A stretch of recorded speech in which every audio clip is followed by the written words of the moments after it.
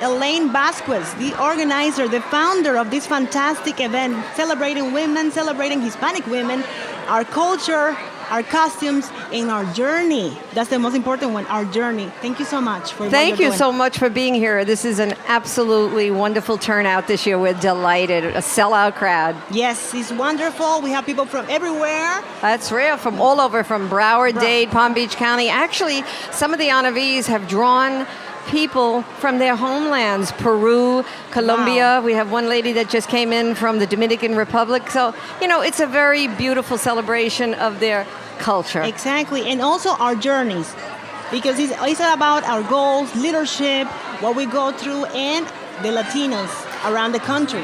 Absolutely. They come to this country. Many of them are raised in poverty from the lands that they came from. They came here, their families emigrated, educated them, taught them the values that they have had and the traditions, and now they're such successful women doing so much work in the community, and honoring them is our honor.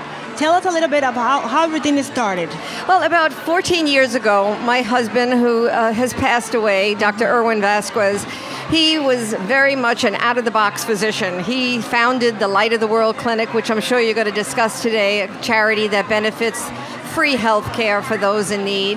And he said, the Latin women are not getting their real respect and due in the mainstream community. So we should do an event that honors Hispanic women. And it started about 200 people. Now, wow, look at the success. I know. Tri-County area, almost 1,000 people here today. And at the same time, how do you do the screening from all the women? Because a lot of people want to know exactly what at the very beginning, we had community leaders nominate someone, but now we have a history of over 160 past honorees. Okay. So what they do is they nominate someone that they believe would get this award. We have 4 judges that really absolutely don't know each other or the honorees, and based on their application of community work, their culture, how they intertwine their Hispanic culture with their American volunteerism and their entrepreneurship. Okay. And then, of course, they're selected. It's not an easy job, Daisy. 79 applicants, and you got to pick 12. Exactly, and at the same time, you want diversity, because we come from all over Latin America. We don't want to concentrate maybe in one side of the Latin America. We want diversity. We want other little things. That counts. That counts. And it's become an educational process as well. Most people think in South Florida you have a large Cuban community or Puerto Rican. Well, we have 21 different cultures represented, including a Brazilian culture. Wow, nice. So obviously, the honorees come from a diverse background of Latin America, Central America, and Brazil.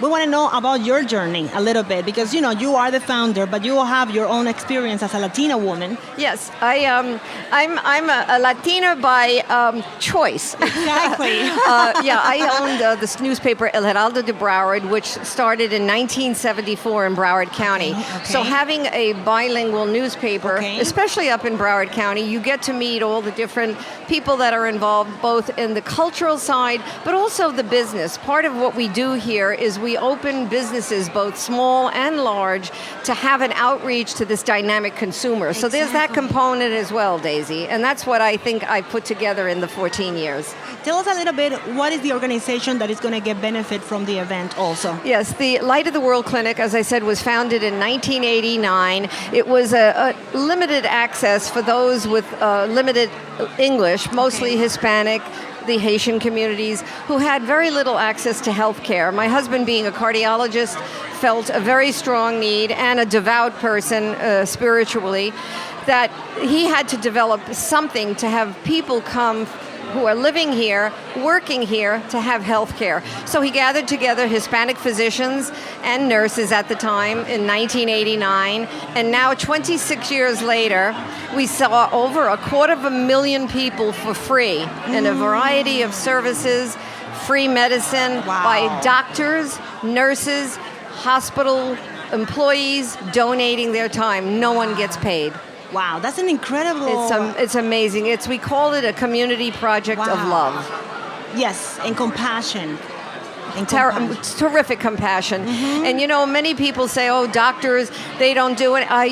They're just absolutely wonderful. And when the patients leave, they leave with a feeling of hope. And we follow them. They're now productive citizens in the community. Some of them are now able to get health care. But with the recent problems with unemployment and people out of work, we have noticed a tremendous increase of people. If they qualify at the county level in terms of income, we don't turn them away.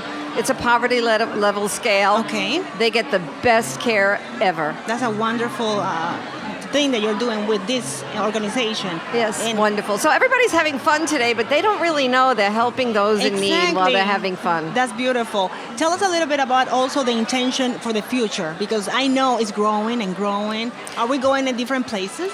Yes, as a matter of fact, it's interesting that you brought that up. With over 160 past honorees, we met quite a few times during the year, and they said not only do they have a camaraderie with each other, but they said, you know what, we have to take this further. So we're going to create and present the first ever Hispanic Women's Summit on October 28th, where only Latina entrepreneurs, exhibitors, presented by Latin Business Today, and AARP as a sponsor. So the Hispanic women have partnered and moved it from a celebration luncheon to actually integrating in the business community. Thank you so much for what you're doing. Thank you, Daisy. We appreciate everything.